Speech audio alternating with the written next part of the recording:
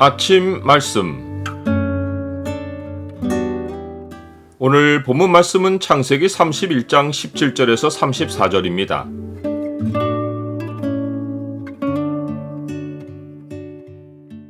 주가 길을 인도하시면 해를 당하지 않는다. 오늘 본문을 죄의 창으로 보면 인생의 비극을 가져오는 물건이 무엇인지가 보입니다. 죄의 창을 보여주는 구절은 31장 19절입니다. 그때 라반이 양털을 깎으러 갔으므로 라헬은 그의 아버지의 드라빔을 도둑질하고, 야곱은 양을 치던 들로 자식들과 아내들을 모으고 모든 가축과 모든 소유물을 이끌고 아버지 이삭에게로 갔습니다. 그는 하나님이 꿈에 나타나셔서 내 조상의 땅, 내 족속에게로 돌아가라, 내가 너와 함께 있으리라 라고 하신 말씀을 긴박한 명령으로 받고 집에 들르지도 않고 가족을 집안에서 빼내어 그 길로 출발하여 가나안 땅으로 향했습니다. 하나님이 행하시는 구원은 긴박한 일입니다. 소돔성에서 롯이 급히 빠져나와 멸망을 면한 것처럼 구원은 촌각을 다투는 일입니다. 예수님은 마지막 날에 멸망에 가증한 것이 거룩한 곳에 선 것을 보거든 산으로 도망하라 하시며, 지붕 위에 있는 자는 집안에 있는 물건을 가지러 내려가지 말며 밭에 있는 자는 겉옷을 가지러 뒤로 돌이키지 말라고 하셨습니다. 이 말씀의 의미는 인자가 홀연히 눈 깜짝할 순간에 오시기에 마지막 때 표시가 나타나면 긴박하게 움직이라는 것입니다. 지금 야곱이 처한 상황이 그와 같은 구원의 순간이었습니다. 그는 20년 동안 자유를 잃은 채 살았습니다.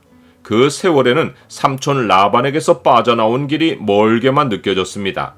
그러나 하나님이 그를 집으로 돌려보내실 시간이 찾아 모든 일은 하루 만에 일어났습니다. 그러하니 우리는 어떤 상황에서도 일이 지체된다고 불평할 것이 아니라 하나님이 지시하실 때를 기다리며 하나님의 지시가 내려질 때 믿음으로 따를 준비를 하고 있어야 합니다. 야곱은 하나님이 자기에게 떠나라고 지시하셨기에 뒤를 돌아보지 않고 담대히 길을 떠났습니다.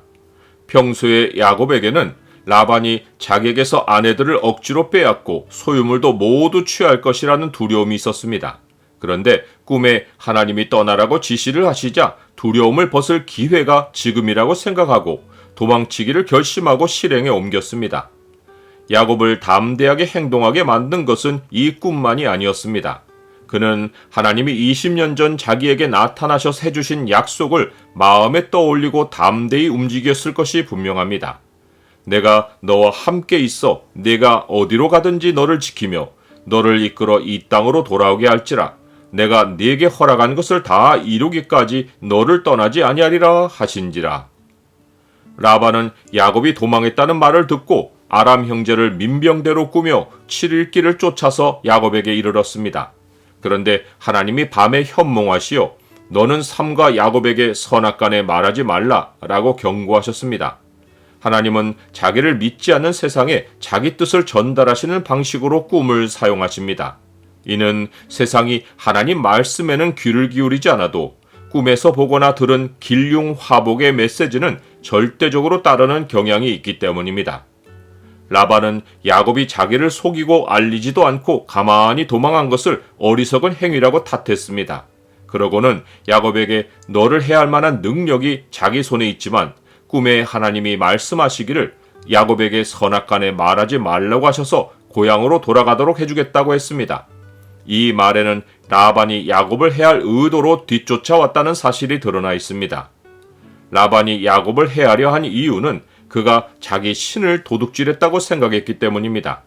라반은 야곱에게 왜 내 신을 도둑질하였느냐고 추궁했습니다. 이 신은 단순한 작은 조각 우상이 아니라 집안의 기업을 이어가는 표시였습니다. 언약 백성이 축복의 말로 장자의 명분을 이어주는 것처럼 아람 사람은 드라빔을 기업을 잇는 징표로 삼았습니다. 라반은 후일에 야곱이 드라빔을 들고 와서 자기 아들들에게 기업을 빼앗으려고 신을 훔쳤다고 생각했습니다. 그런데 이것이 곧 라헬이 아버지의 신을 훔쳐나온 이유였습니다. 이 사실을 모르는 야곱은 외삼촌의 신을 누구에게서 찾든지 그는 살지 못할 것이라고 하며 자기와 자기 가족의 결백을 주장했습니다. 나는 우상을 손에 쥐는 것이 재앙을 예고한다는 사실을 압니까? 라반은 모든 사람의 장막을 샅샅이 뒤졌습니다. 그가 라헬의 장막을 마지막으로 뒤진 것은 라헬을 가장 의심하지 않았기 때문입니다. 라헬은 자기가 훔친 것을 감추려고 드라빔을 낙타 안장 아래에 넣고 그 위에 앉아서 생리 때문에 일어나서 영접할 수 없다고 말했습니다. 라헬이 능숙하게 아버지를 속인 것을 보면 라반을 닮았고 라반은 자기를 가장 닮은 딸에게 당했습니다. 라헬은 거짓으로 상황을 모면했지만 결국에는 야곱이 말한 대로 가나안 땅에 도달해서 살지 못하고 일찍 죽음을 맞았습니다. 하나님의 보호를 의지하지 않고 우상에게 장례를 거는 것은 재앙을 부르는 일입니다. 조각한 우상을 의지하며 부어 만든 우상을 향하여 너희는 우리의 신이라 하는 자는 물리침을 받아 크게 수치를 당하리라.